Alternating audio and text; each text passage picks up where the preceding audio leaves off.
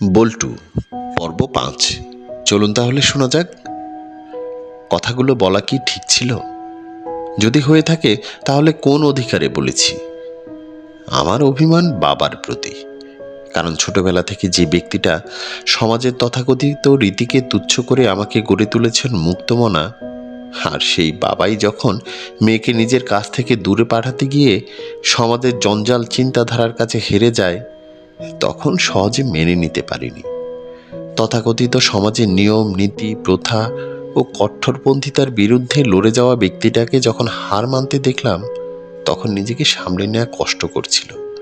কোনো মেয়েই চায় না তার পিতা হেরে যাক।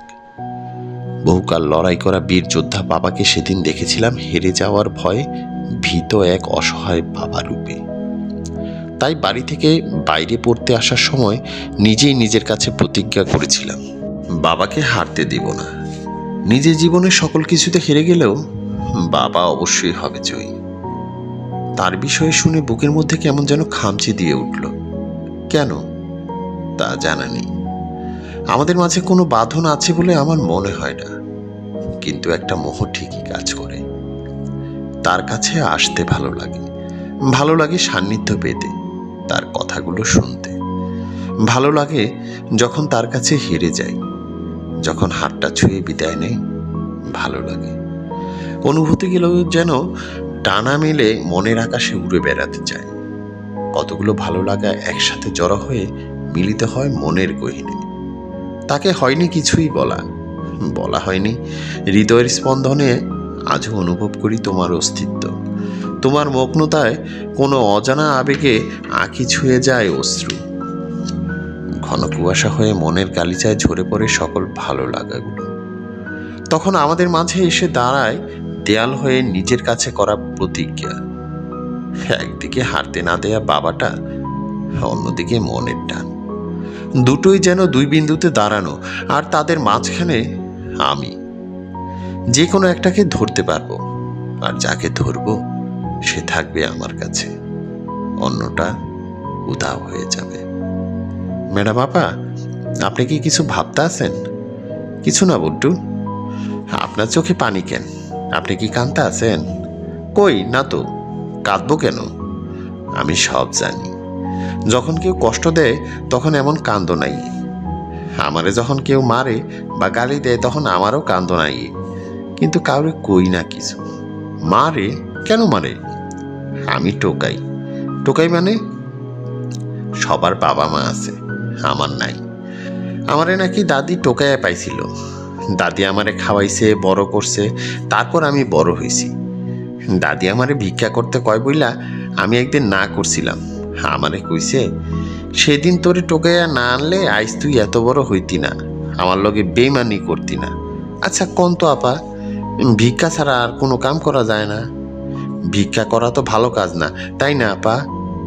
অবশ্যই ভিক্ষা করা ভালো কাজ নয়। তোমার শক্তি আছে, কাজ করার সামর্থ্য আছে, তাহলে কেন ভিক্ষা করবে?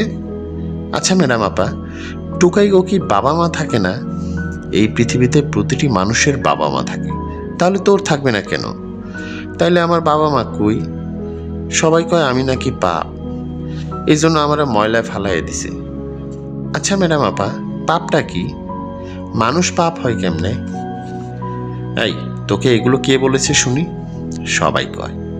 আর তাই তো আমারে শায়লার আম্মাও তারে আম্মা ডাকতে দেয় নাই, মাইরে ভাগাই দিছে। কইছে কোনো টোকাই আমার পোলা হইতে পারবো না, তুই মানুষের পাপ। আমি সবাই জিজ্ঞেসি, কিন্তু কেউ কইতে পারে না মানুষের পাপটা কি। বল্টুর প্রশ্নের উত্তরগুলো আমার কাছে নেই, হয়তো কারো কাছে নেই। তার প্রশ্নের কাছে আমার শব্দগুলো যেন ফেরারি। নিজেও ভাবি, এই ছোট বাচ্চার প্রশ্নের জবাবগুলো কার কাছে আছে? মানুষ, সমাজ, নাকি আমাদের বিবেক? আবার প্রশ্ন জাগে মনে, নিজের সন্তানের মতো লালন করতে না পারলে কেন তাকে কুড়িয়ে নিয়েছিল? কেন তাকে তখনই মরে যেতে দেয়নি? মানবিক কারণে এই ছেলেকে কেন বাঁচালো, যেখানে তিরস্কার আর তিক্ততায় প্রতিনিয়ত একটু একটু করে মারছে? দোষটা কার? যে জন্ম দিয়েও মরে যাবার জন্য ফেলে গিয়েছিল আবর্জনার মতো, তার?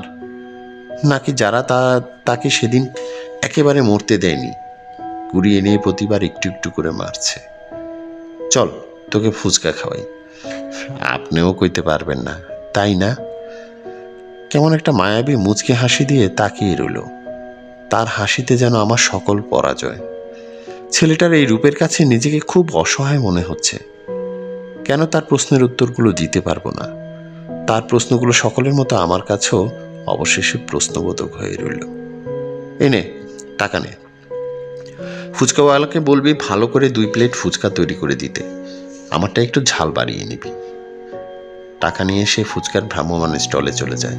কিছুক্ষণ পর ফুচকার দোকানিকে সাথে নিয়ে 2 প্লেট ফুচকা হাতে সামনে হাজির হয়। দুজনে বাদাম গাছের নিচে বসে আয়েশ করে ফুচকা খাচ্ছি। তার চেহারায় এখন আর কোনো আক্ষেপ নেই, যা কিছুক্ষণ আগে প্রকাশ পেয়েছে। বল্টু, ধর তোর মা ফিরে এলো। বাক্যটা শোনার পর হচ্চকি আমার দিকে তাকিয়ে থেকে বলে, কখন, কেমনে? ধর তোর মা ফিরে এলো, তখন তুই কি করবি? তুই মা বললে তাকে কি জড়িয়ে ধরবি? বল্টুর কোনো উত্তর নেই, অবাক দৃষ্টিতে তাকিয়ে আছে। তার চোখ ছলছল করে উঠল। সত্যি কইতাছেন ম্যাডাম আপা? আমার মায় আইলে আমি বুঝুম কেমনে? আরে বলবে তো সেই নিজেই। বল্টু, আমি তোর মা। তার ছলছল করা চোখ দুটো দিয়ে অনায়াসে 2 ফোঁটা অশ্রু গড়িয়ে যায়। কিছু বলছে না, শুধু তাকিয়ে আছে অবাক চোখে। এরই মধ্যে অংশু ভাইয়া এদেশে হাজির। আমাদের দুজনের একান্ত আপন বিষয়টা যেন আর থাকলো না, কিন্তু বল্টু এখনো আমার মুখের দিকে তাকিয়ে। যাক, তোমাদের দুজনকে একসাথে পেয়ে গেলাম। এ কি বল্টু, তুই কাঁদছিস? আরে দেখুন না, এই বোকা ছেলেটাকে একটা প্রশ্ন করলাম আর অমনিতে সে আবেগী হয়ে উঠল। কি প্রশ্ন? বললাম, ধর তোর মা ফিরে এলো, তখন তুই কি করবি? তুই মা বলে তাকে কি জড়িয়ে ধরবি? আমার মনে হয় প্রশ্নটা তোমার করা উচিত হয়নি। অযথা কেন আশ্বাস দেয়া? অযথা আশ্বাস নয়, তাহলে সত্যি। বল্টুর চোখে মুখে এক প্রকার কৌতূহল, কিন্তু বলছে না একটা শব্দও। আমরা দুজনেই নিজেদের মধ্যে আলাপ চালিয়ে যাচ্ছি প্রশ্ন উত্তরে। দুজনের মাঝখানে বল্টু বসা। তুই তো কাউকে মা ডাকিসনি, আর কেউ তোর মা হয়নি। চল, আজ থেকে আমি তোর মা হব। বাহ, চমৎকার তো। তাহলে বল্টু, এখন থেকে তোর মা আছে, তাহলে আমি হই তোর বাবা। আমাকে মা ডাকবি তো বল্টু? আমি তোকে অনেক ভালোবাসবো, অনেক অনেক। এতটা যেন তোর মায়ের প্রতি আর কোনো আকাঙ্ক্ষা না থাকে। আমাকে মা ডাকবি তো? বল্টু মাথা নুয়ে কিছুক্ষণ বসে থাকে, কোনো কথা বলেনি। তারপর উঠে দাঁড়িয়ে সোজা হাঁটতে থাকে। তনয়া তাকে পেছন থেকে ডাকতে থাকে, এই বল্টু শোন, আমার কথা শোন, দাঁড়া। বল্টু কোনো প্রতিক্রিয়া দেখায় না। সে চলে যেতে থাকে নিজের মতো করে। উঠে যেতে চাইলে তনয়া হাত ধরে বাধা দেয় অংশু। ওকে যেতে দাও, ও থামবে না। আজ তাকে তার অভিমানের জায়গাটায় আঘাত করেছ। সে ফিরে যাচ্ছে তার নিজের ভুবনে। বিশ্বাস করুন, আমি তাকে কষ্ট দিতে চাইনি। আমি তো তার মায়ের অপূর্ণতা লাঘব করতে চেয়েছি। পারবে না, কারণ সে তার মায়ের আকৃতি, রূপ তার কল্পনার জগতে সাজিয়ে নিয়েছে। সে জগতে হয়তো মায়ের যে অবয়ব তৈরি করেছে, তাতে তোমার স্পর্শ চায় না। এখন ওকে যেতে দাও, আমি রাতে ফেরার পথে ওর সাথে কথা বলবো। তনয়া অনেকক্ষণ চুপচাপ বসে থাকে। আমি এটা সেটা কত কিছু বলে যাচ্ছি, কিন্তু সে কিছুই বলছে না। তারপর উঠে দাঁড়ায় আর বলে, আমার কিছু ভালো লাগছে না, আমি এখন আসি। বুঝতে পারছি একটা অপরাধ বোধ তার মধ্যে কাজ করছে। তাকে রিল্যাক্স করার চেষ্টা করেও আমি ব্যর্থ। সে চলে যায় একটা রিকশায় উঠে। আজ আর আড্ডা দেওয়া হয়নি তার সাথে। আমার আড্ডার বন্ধুরা আজ আসছে, ভাবছি ওদের সাথে বিষয়টা শেয়ার করব। বল্টুর মা তনয়া হতে চাইলে বাবা আমি হওয়ার প্রস্তাবটা কেমন যেন পুলকিত করলো আমায়। এক মুহূর্তে বুকের মধ্যে ভালো লাগাগুলো যেন অধিকারে মেতে উঠল। বাস্তবে তার সাথে আমার সম্পৃক্ততা থাকছে কিনা জানা নেই, তবে এখানে বাবা মায়ের ভূমিকা একে অপরে রেখে মনের সুপ্ত বাসনাগুলোকে জাগিয়ে তুললাম। ছেলেটা বড্ড অভিমানী। এত সহজে তার অভিমানের প্রাচীর ভাঙা যাবে না। যদিও এই প্রাচীর গড়েছে তার আশেপাশের বর্বর মানুষগুলো, ভালোবাসাকে স্বার্থের মোড়কে পেঁচিয়ে অন্য রূপ দিয়ে গেছে। যার দুয়ারেই গেছে সেই তো দূর দূর করে তাড়িয়ে দেয়, কারণ তাকে কুড়িয়ে পেয়েছে। অশিক্ষিত আধারে ঘেরা মানুষগুলোর কাছে এটা যেমন অভিশাপের মতো।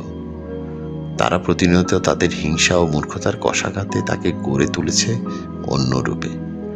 তাদের পৃথিবীতে সে মানব থেকে হয়ে উঠেছে পাপিষ্ঠ।